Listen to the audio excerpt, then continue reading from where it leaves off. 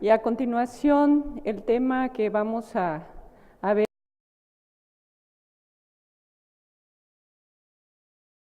ver es ecocardiografía de estrés en la evaluación de la cardiopatía isquémica.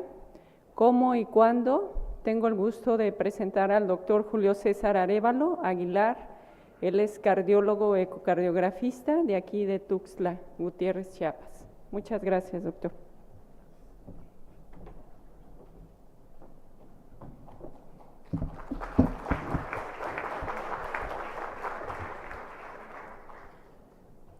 Bueno, muchas gracias a todos, en especial al doctor Enciso, que tengo ya un tiempo de conocerlo.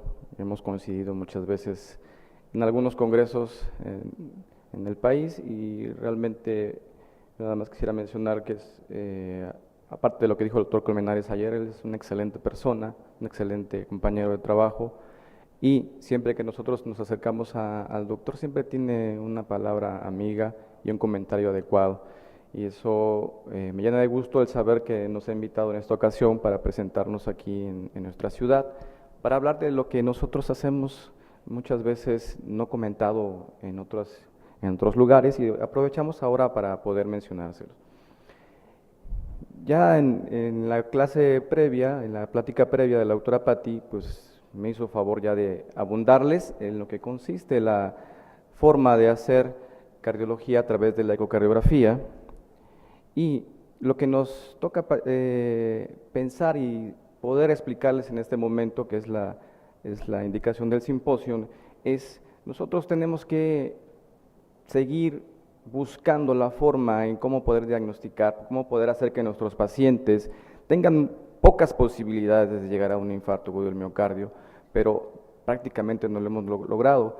Los retos del día de hoy es poder hacer un diagnóstico preventivo, que eso ya lo hemos mencionado muchas veces, pero nos toca a nosotros los cardiólogos en los hospitales o en los consultorios poder decidir qué paciente tiene la probabilidad de sufrir un infarto. Y en base a los estudios que ya hemos mencionado, los que ya mencionaron al principio de la ponencia, tenemos ya estratificados muchas veces qué paciente podría ser llevado a un estudio de perfusión, qué paciente puede ser llevado a un estudio de ecocardiografía de estrés, pero nosotros el problema principal es el diagnóstico, no aquel paciente que ya está infartado, aquel paciente que se infartó, lo que tenemos que ver ya es si el paciente va realmente a tener la posibilidad de recibir un tratamiento en caso de viabilidad miocárdica.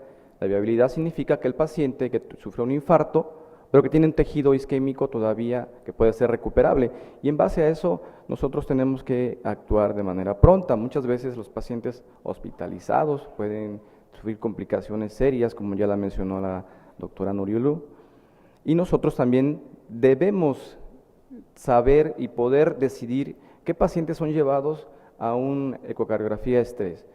Es lógico pensar que en nuestra comunidad, por la poca experiencia que a veces tenemos en relación a estudios más avanzados como de resonancia magnética, que no lo tenemos en nuestro estado, tenemos un estudio de medicina nuclear, pero nos hemos apoyado más en estudios no invasivos y uno de ellos es el ecoestrés. Y su importancia y su objetivo principal, como debe de ser de cada uno de los estudios de diagnóstico, es primero que debe ser capaz de inducir la isquemia. Inducir la isquemia quiere decir provocarle incluso síntomas al paciente de isquemia cardíaca, como es la angina de pecho, o sus equivalentes, como podrían ser la disnea de pequeños, medianos, grandes esfuerzos. Hay pacientes que incluso les podemos despertar arritmias cardíacas, por eso la importancia de estratificar al paciente, decidir cuál sí puede ser candidato a poder realizar esos estudios. Y una vez que le inducimos, también tenemos que demostrarle a las personas que sí en efecto tienen un problema de isquemia miocárdica a través de los estudios que ya mencionamos.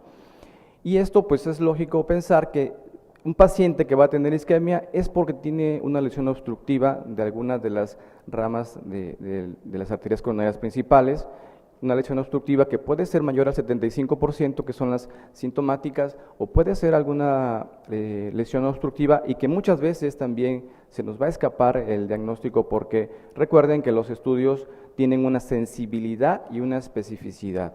Esto significa que van a haber pacientes que probablemente no los podamos detectar por este método diagnóstico o el que sea, okay.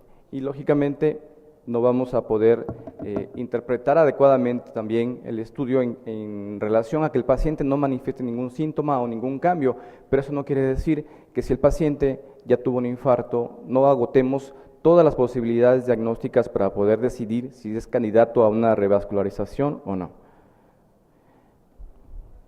La prueba de esfuerzo, que eso sí comúnmente se realiza en todo el país, ha sido uno de nuestros parámetros a seguir. Sabemos que la prueba de esfuerzo tiene una sensibilidad, una especificidad muy baja en relación a los estudios al estándar de oro, como sería la resonancia magnética, como sería el SPEC o estudio de perfusión cardíaca y lógicamente el estudio de ecocardiografía estrés. ¿Por qué? Porque va a depender mucho de las imágenes electrocardiográficas que tengamos, y si ustedes recuerdan también el electrocardiograma tiene una sensibilidad y una especificidad muy baja para detección de algunos padecimientos, incluso no isquémicos, y entonces esto ha tenido que evolucionar, y lo que hacemos en nuestro hospital es algo que hemos logrado hacer de hace unos 10 años aproximadamente, y es utilizar el estudio, puede ser ecoestrés, puede ser con dobutamina o puede ser apoyándonos con la prueba de esfuerzo. La prueba de esfuerzo nos indicaría el momento o la capacidad física que puede tener el paciente, nos indicaría si el paciente tiene alteraciones en la presión arterial, nos va a decir la capacidad funcional del paciente, nos puede predecir si ese paciente puede tener cambios isquémicos que nos puedan llevar posteriormente a un infarto agudo del miocardio.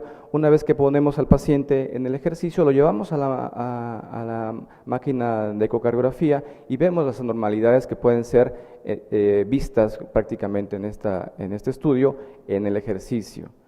Todos los estudios de los que hemos hablado en este momento, el de medicina nuclear, el de ecocardiografía de estrés, tienen dos parámetros. El primero es tomar imágenes basales. Basales significa que el paciente está en reposo, y la siguiente es hacerlo en esfuerzo. Entonces lo que queremos es comparar el momento fisiológico del corazón, en el momento de reposo y el momento de actividad física, que eso es lo que realmente nos interesa, y es lo que le vamos a decir al paciente si con un ejercicio mayor, menor o intermedio pueda llegar a tener algún problema de cardiopatía isquémica.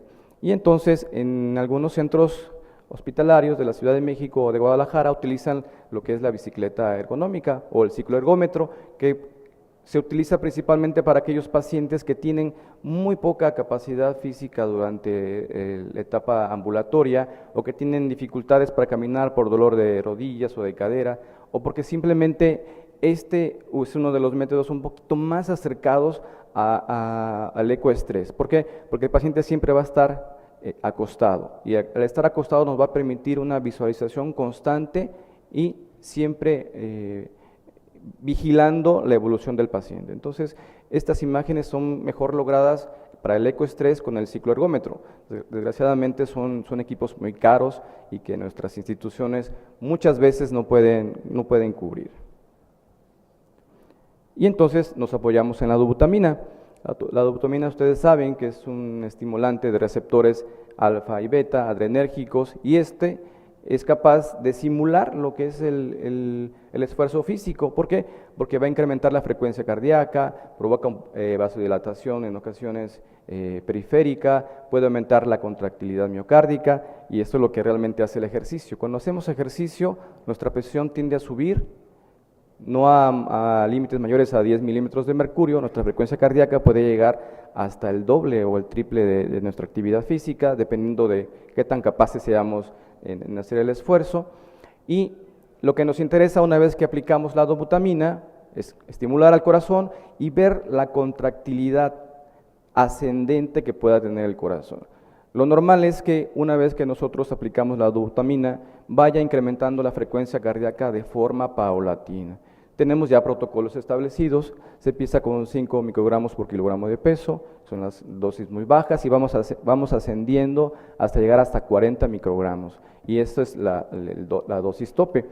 Durante esa infusión nosotros vamos a ir viendo la movilidad sobre todo del corazón, la contractilidad, podemos medir la fracción de expulsión, que ya nos explicaba la doctora Patti, podemos medir incluso en cada segmento los momentos de contracción interna del corazón, lo que es el eco con perfusión también nos puede permitir, al aplicar un medio de contraste, visualizar las paredes internas del corazón, y esto, si en presencia de isquemia, nos va a mostrar lo siguiente. Al inicio, una disminución en la relajación ventricular es lo primero que el paciente va a manifestar cuando tiene una lesión obstructiva. La disfunción diastólica es uno de los primeros síntomas que se dan en los pacientes que tienen una lesión obstructiva que ha sido progresiva. ¿Cómo se manifiesta? Aquel paciente que tiene dificultad para respirar súbita, de repente puede tener una disnea paroxística nocturna, y nosotros cuando llega al consultorio, si no sabemos interpretar que ese paciente está teniendo disfunción diastólica y no sabemos interpretar que el síntoma es la disnea en ese momento, y más aún si es un paciente diabético, lógicamente que el diagnóstico se nos vaya. Entonces, antes que los cambios electrocardiográficos que podamos ver, la disminución en la relajación es uno de los principales parámetros para decir que ese paciente puede tener isquemia.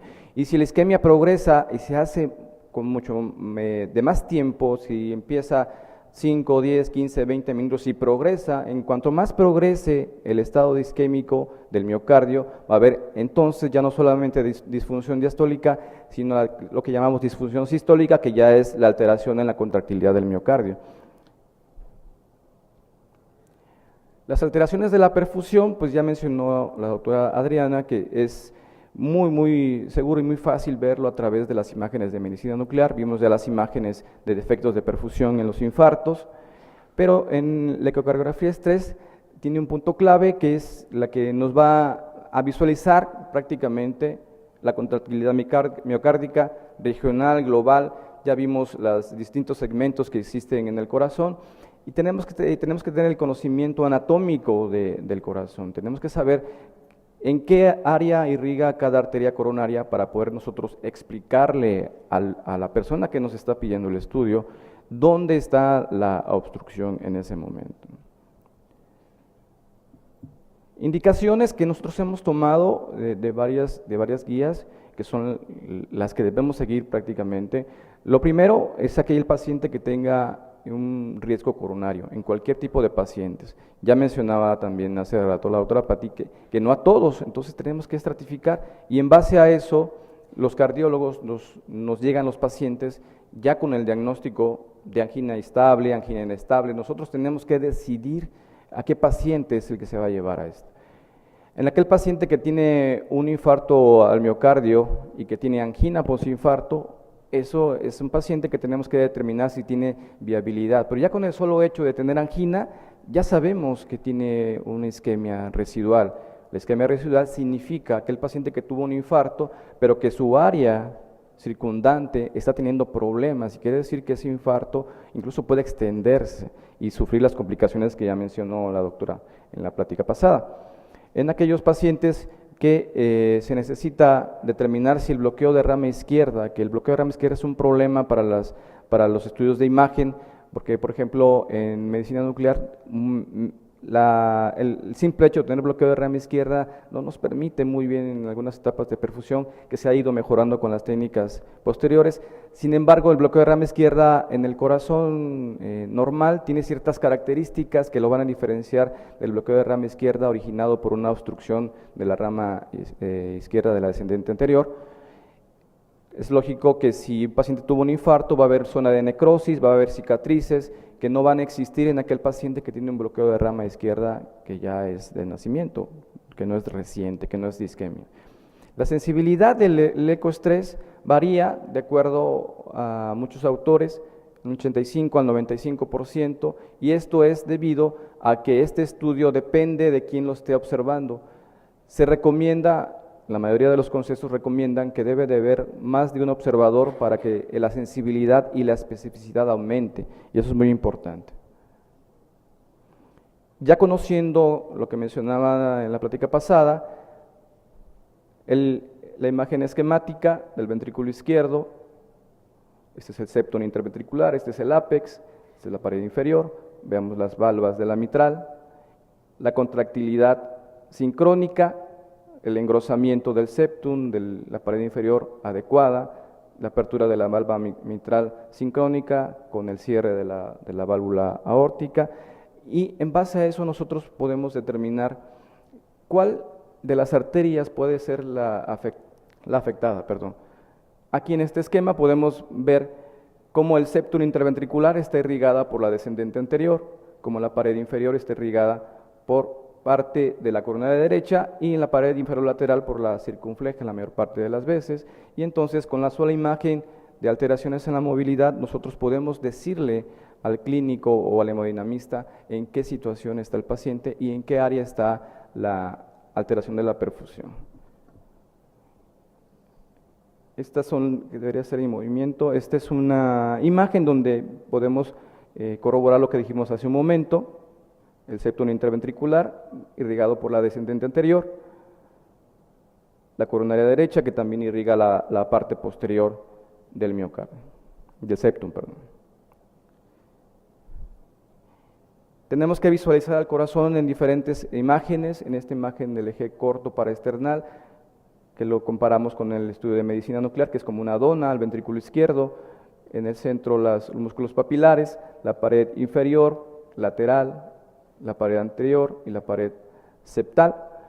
Es muy fácil poder visualizar, pero siempre y cuando el paciente tenga una buena ventana. Aquel paciente que no tiene muy buena ventana, que tiene unas glándulas mamarias muy prominentes o que está muy obeso, o aquel paciente que es hipocoso, es un problema para poder visualizar adecuadamente al miocardio. Y entonces nosotros ya sabemos que fisiopatológicamente el flujo debe disminuir en un 50% por lo menos, en al menos 5% del miocardio de la pared afectada para que podamos detectar una alteración en la contractilidad. Mencionaba ya hace rato la doctora Patti que hay otros métodos como el Doppler que nos pueden indicar en qué momento hay cambios en la presión intracardíaca, en especial en la presión telediastólica del ventrículo izquierdo,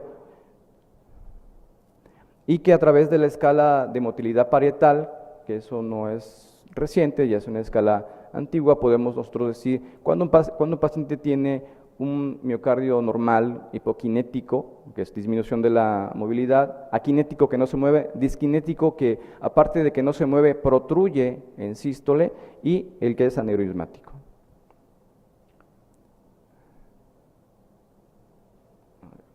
Creo que está en movimiento, permítame un momento.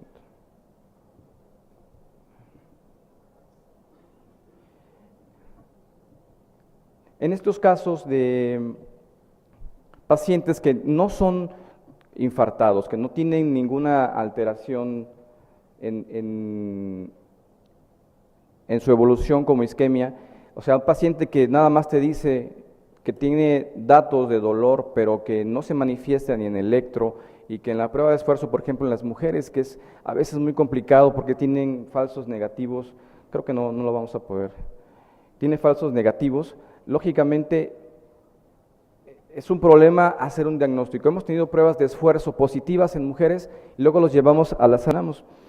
Y esto pues es lógico pensar que un paciente que va a tener isquemia es porque tiene una lesión obstructiva de alguna de las ramas de las arterias coronarias principales, una lesión obstructiva que puede ser mayor al 75%, que son las sintomáticas, o puede ser alguna lesión obstructiva y que muchas veces también se nos va a escapar el diagnóstico, porque recuerden que los estudios tienen una sensibilidad y una especificidad. Esto significa que van a haber pacientes que probablemente no los podamos detectar por este método diagnóstico o el que sea, y lógicamente no vamos a poder interpretar adecuadamente también el estudio en relación a que el paciente no manifieste ningún síntoma o ningún cambio, pero eso no quiere decir que si el paciente ya tuvo un infarto, no agotemos todas las posibilidades diagnósticas para poder decidir si es candidato a una revascularización o no. La prueba de esfuerzo, que eso sí comúnmente se realiza en todo el país, ha sido uno de nuestros parámetros a seguir. Sabemos que la prueba de esfuerzo tiene una sensibilidad, una especificidad muy baja en relación a los estudios al estándar de oro, como sería la resonancia magnética, cómo sería el SPEC o estudio de perfusión cardíaca y lógicamente el estudio de ecocardiografía estrés. ¿Por qué?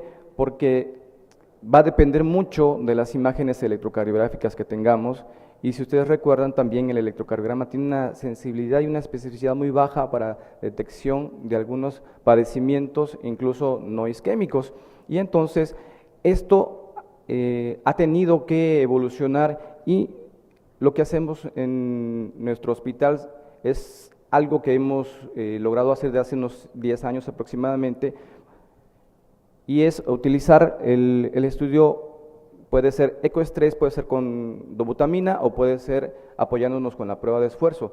La prueba de esfuerzo nos indicaría el momento o la capacidad física que pueda tener el paciente, nos indicaría si el paciente tiene alteraciones en la presión arterial, nos va a decir la capacidad funcional del paciente, nos puede predecir si ese paciente puede tener cambios isquémicos que nos puedan llevar posteriormente a un infarto del miocardio. Una vez que ponemos al paciente en el ejercicio, lo llevamos a la máquina de ecocardiografía y vemos las anormalidades que pueden ser vistas prácticamente en este estudio en el ejercicio.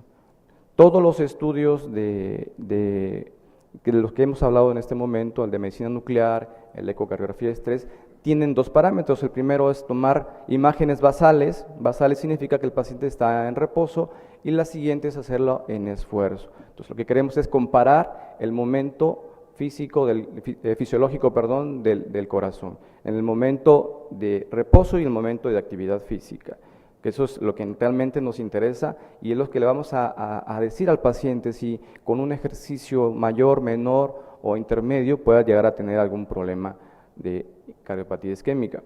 Y entonces en algunos centros hospitalarios de la Ciudad de México o de Guadalajara utilizan lo que es la bicicleta ergonómica o el cicloergómetro, que se utiliza principalmente para aquellos pacientes que tienen muy poca capacidad física durante la etapa ambulatoria, o que tienen dificultades para caminar por dolor de rodillas o de cadera, o porque simplemente este es uno de los métodos un poquito más acercados al ecoestrés. ¿Por qué? Porque el paciente siempre va a estar acostado, y al estar acostado nos va a permitir una visualización constante y siempre vigilando la evolución del paciente. Entonces, estas imágenes son mejor logradas para el ecoestrés con el cicloergómetro. Desgraciadamente son equipos muy caros y que nuestras instituciones muchas veces no pueden cubrir. Y entonces nos apoyamos en la dobutamina. La dobutamina, ustedes saben que es un estimulante de receptores alfa y beta adrenérgicos, y este es capaz de simular lo que es el esfuerzo físico. ¿Por qué? Porque va a incrementar la frecuencia cardíaca, provoca vasodilatación en ocasiones periférica, puede aumentar la contractilidad miocárdica, y esto es lo que realmente hace el ejercicio. Cuando hacemos ejercicio, nuestra presión tiende a subir, no a límites mayores a 10 milímetros de mercurio. Nuestra frecuencia cardíaca puede llegar hasta el doble o el triple de nuestra actividad física, dependiendo de qué tan capaces seamos en hacer el esfuerzo. Y lo que nos interesa una vez que aplicamos la dobutamina es estimular al corazón y ver la contractilidad ascendente que pueda tener el corazón. Lo normal es que una vez que nosotros aplicamos la dobutamina vaya incrementando la frecuencia cardíaca de forma paulatina. Tenemos ya protocolos establecidos, se empieza con 5 microgramos por kilogramo de peso, son las dosis muy bajas, y vamos ascendiendo hasta llegar hasta 40 microgramos, y esto es la dosis tope. Durante esa infusión nosotros vamos a ir viendo la movilidad, sobre todo del corazón, la contractilidad. Podemos medir la fracción de expulsión, que ya nos explicaba la doctora Patti, podemos medir incluso en cada segmento los momentos de contracción interna del corazón, lo que es el eco con perfusión. También nos puede permitir, al aplicar un medio de contraste, visualizar las paredes internas del corazón, y esto, si en presencia de isquemia, nos va a mostrar lo siguiente. Al inicio, una disminución en la relajación ventricular es lo primero que el paciente va a manifestar cuando tiene una lesión obstructiva. La disfunción diastólica es uno de los primeros síntomas que se dan en los pacientes que tienen una lesión obstructiva que ha sido progresiva. ¿Cómo se manifiesta?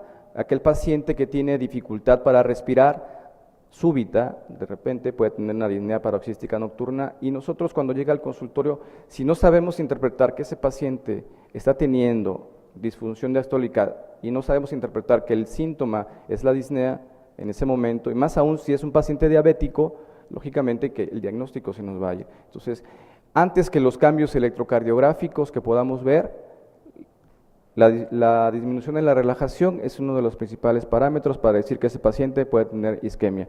Y si la isquemia progresa y se hace con mucho de más tiempo, si empieza 5, 10, 15, 20 minutos, si progresa, en cuanto más progrese el estado isquémico del miocardio, va a haber entonces ya no solamente disfunción diastólica, sino lo que llamamos disfunción sistólica, que ya es la alteración en la contractilidad del miocardio.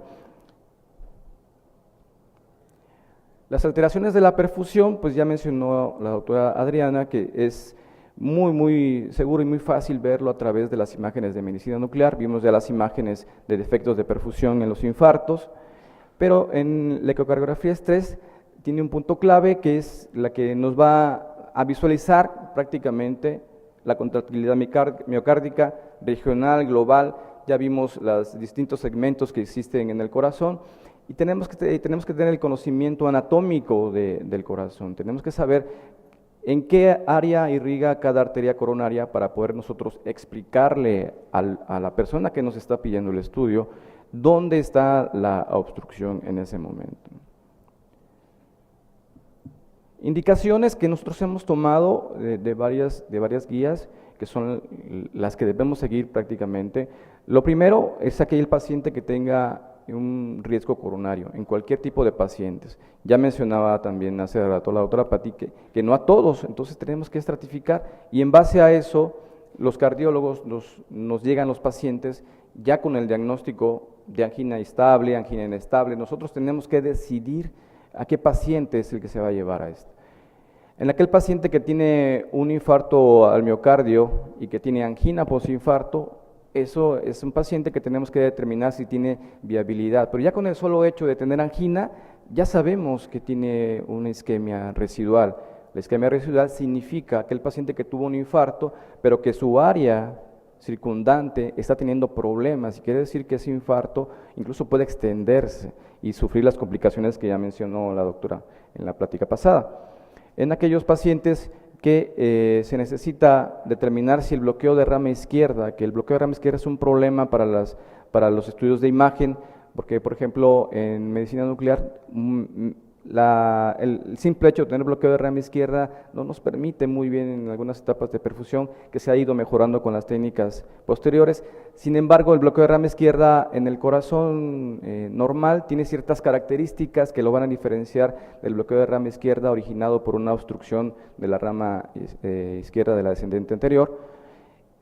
Es lógico que si un paciente tuvo un infarto va a haber zona de necrosis, va a haber cicatrices que no van a existir en aquel paciente que tiene un bloqueo de rama izquierda que ya es de nacimiento, que no es reciente, que no es de isquemia.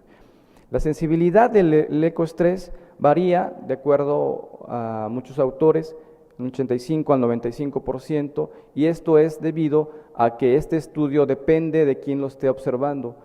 Se recomienda, la mayoría de los consensos recomiendan que debe de haber más de un observador para que la sensibilidad y la especificidad aumente, y eso es muy importante. Ya conociendo lo que mencionaba en la plática pasada, la imagen esquemática del ventrículo izquierdo, este es el septum interventricular, este es el ápex, esta es la pared inferior, veamos las valvas de la mitral, la contractilidad sincrónica, el engrosamiento del septum, de la pared inferior adecuada, la apertura de la valva mitral sincrónica con el cierre de la válvula aórtica, y en base a eso nosotros podemos determinar cuál de las arterias puede ser la afectada. Aquí en este esquema podemos ver cómo el septum interventricular está irrigada por la descendente anterior, como la pared inferior está irrigada por parte de la coronaria derecha, y en la pared inferior lateral por la circunfleja la mayor parte de las veces, y entonces con la sola imagen de alteraciones en la movilidad nosotros podemos decirle al clínico o al hemodinamista en qué situación está el paciente y en qué área está la alteración de la perfusión. Estas son, que debería ser en movimiento. Esta es una imagen donde podemos corroborar lo que dijimos hace un momento, el septum interventricular irrigado por la descendente anterior, la coronaria derecha que también irriga la parte posterior del miocardio, del septum, perdón.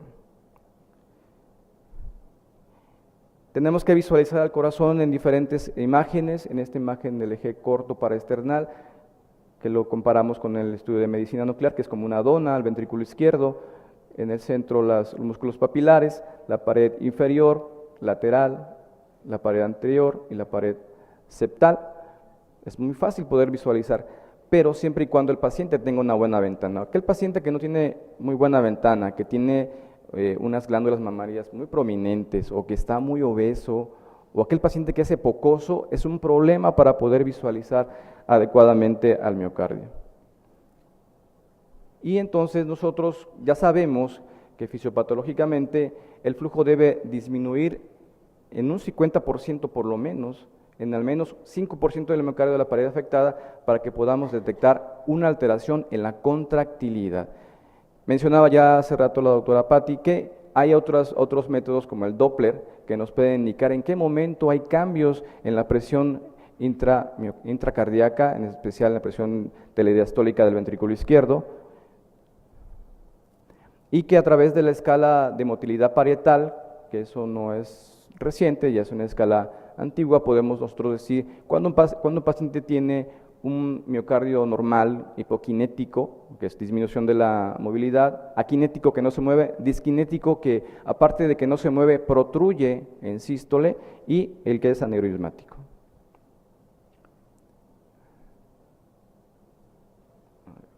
Creo que está en movimiento, permítame un momento.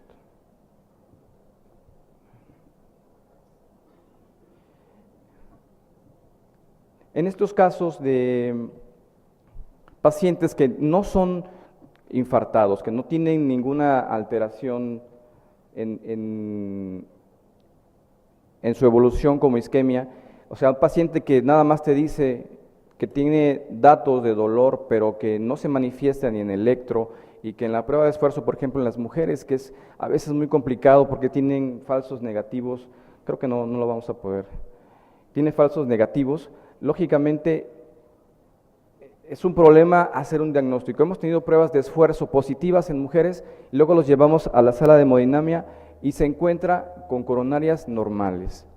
También tiene que ver ahí un síndrome X en la mujer en ese sentido, y entonces la historia clínica asociado a los antecedentes del paciente, a la evolución que ha tenido, si es diabética, si es hipertensa, si fuma, si toma, eso nos va a conjuntar si el paciente realmente tiene un problema de síndrome X o si es un paciente que tiene un falso positivo en una prueba de esfuerzo. No así en el estudio de medicina nuclear. El estudio de medicina nuclear, que puede ser de apoyo a través también de la utilización de los métodos de contraste, materiales de contraste. Aplicamos el contraste en aquellos pacientes que no podemos visualizar adecuadamente, que no tenemos una imagen del endocardio de forma adecuada, y al aplicar el contraste se pinta adecuadamente todos los bordes endocárdicos, y aún así podemos decir en qué situación se encuentra el paciente.